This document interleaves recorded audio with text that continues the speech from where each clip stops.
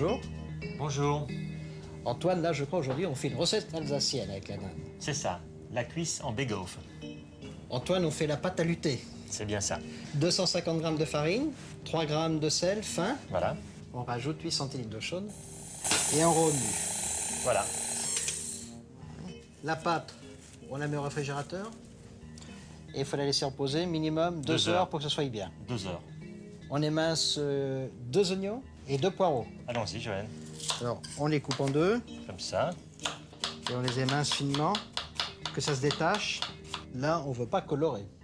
Non, simplement saisir. Donc, on le met dans le beurre qui est juste fondu et on laisse cuire sans assaisonnement. Sans assaisonnement, pendant 2-3 minutes, ça sera suffisant.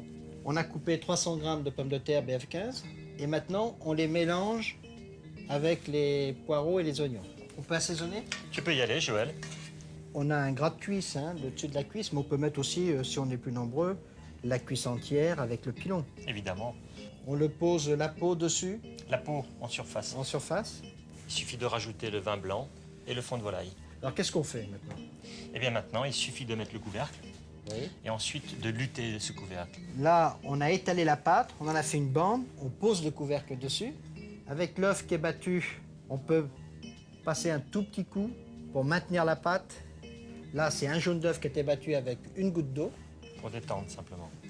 Il suffit plus que de mettre la pâte tout autour. Alors là, en faisant comme ça, c'est facile. Ensuite, on fait bien adhérer la pâte sur le couvercle. Voilà. Et maintenant, on va passer la dorure dessus. On a fait préchauffer le four à 200 degrés. Et maintenant, on glisse la cocotte dans le four. On retire du four. Si tu veux, Joël, vas-y. Et là, elle est bien dorée. Donc, ça valait la peine de mettre quand même un jaune d'œuf dessus. C'est exact. Je crois qu'en Alsace, tu n'utilises pas cette terrine. Non, Joël. D'ailleurs, la vraie terrine, la voici. C'est une terre cuite. C'est la terrine traditionnelle qu'on utilise pour ce genre de cuisson. Et ça change le goût. Ça change le goût, oui, puisque là, il y a échange. Cette terre est poreuse, alors que cette terrine ne l'est pas. Ça sent bon, hein? Ça, Antoine, pour moi, c'est un plat génial. Oui, mais Joël, cuisiner dans cette terrine, c'est encore meilleur. Oui, c'est bon pour les Alsaciens. Au revoir. Et bon appétit, bien sûr.